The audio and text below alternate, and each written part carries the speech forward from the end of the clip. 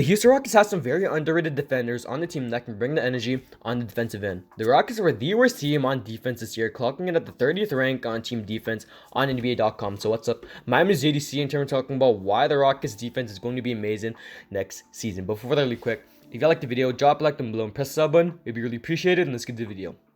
So a little bit of a disclaimer before we start. There is going to be some thunder sounds in the background because while I'm recording this, there is a thunderstorm. So it's a little bit of a heads up. If you guys hear some thunder sounds, you know why. So just get into the video, talking about why the Rockets defense is going to be good.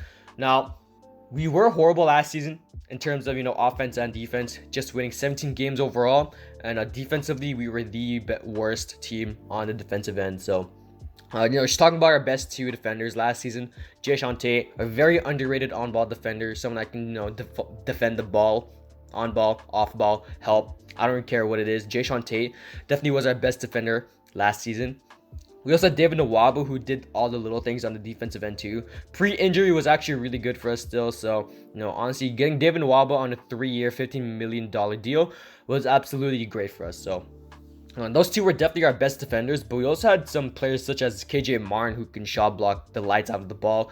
He did shot block every 7-footer in the league last season. Honestly, like shot block Porzingis, Boban, Taco Fall. I remember that, man. It was so good, man. So KJ Martin, I think he's definitely an underrated, perimeter defender too. Just, pretty, below average, I want to say for an on-ball defender, but definitely can get up there. Only 21 years old, so has a lot of upside.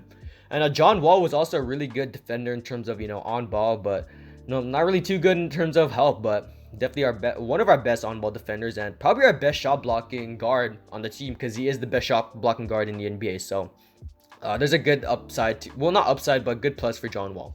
But Tate and Nwaba definitely were better defenders on our team, probably the best defenders on our team. And with the draft, bringing 4 draft prospects, I think our defense is sure to improve. I mean, we also got Usman Garuba, who definitely has some DPOY potential. Well, I definitely think that's a little bit of a stretch. I mean, DPOY, that has to be like Giannis type of defense, but I definitely think he's gonna have that type of potential. Kind of get up there a little bit. He can definitely be in the talks for a DPOY, but probably won't happen. He is just 19 years old, so only time will tell to see if he is a DPOY. But I think he definitely has all defensive team potential. I mean, it doesn't matter if he doesn't make all defensive first. He can make all defensive second, if for all I care. But I definitely think he has all defensive team potential. We also got Josh Christopher, who also has potential to become a really great two-way player. I like his game. Obviously I made a video yesterday talking about why he was going to be really amazing. If you guys want to check that out, it would be in the cards. But he's going to be a really good two-way player off the bench. I mean, Josh Christopher, he probably is going to be playing in the G League, just with obviously Usman Garuba probably be playing in the G League too. Same thing with Shane. I don't know. I mean, Şengün, I'll get to him later, but I don't think he's going to play in the G League, man. I really don't. And then Jalen Green, obviously, probably won't play in the G League either. So, getting back to Josh Christopher, I think he's going to be a really good two-way player. Someone that can play some very solid on-ball defense and someone that can have a really good offensive game. We also have Jalen Green, who, for the most part, is a pretty average defender. Nothing too great, but also nothing too horrible.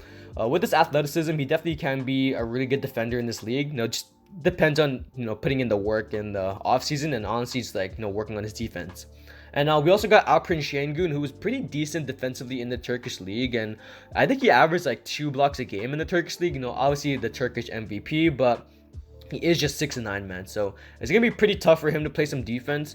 But I think he definitely can play the center position for us off the bench. And honestly, could be a really good shot blocking center, just to get him to improve in the offseason. And I think he honestly has some potential to become, a pretty solid shot blocking center in the league. I definitely think Şengün is going to be a really good player in this league, but got to improve that defense first. So overall, I think the Rockets will improve immensely on this defensive end, especially with how deep the team is. I mean, with how deep the team is right now, it's definitely eye-opening to see how better the team is compared to last season. So, we have a lot of good players on the team now.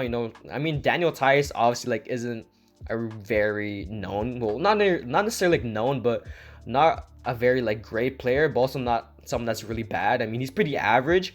We also got, David Nwaba, obviously on a 3-year, $15 million deal. But, it's just pretty crazy how better the team is now defensively than it was last year.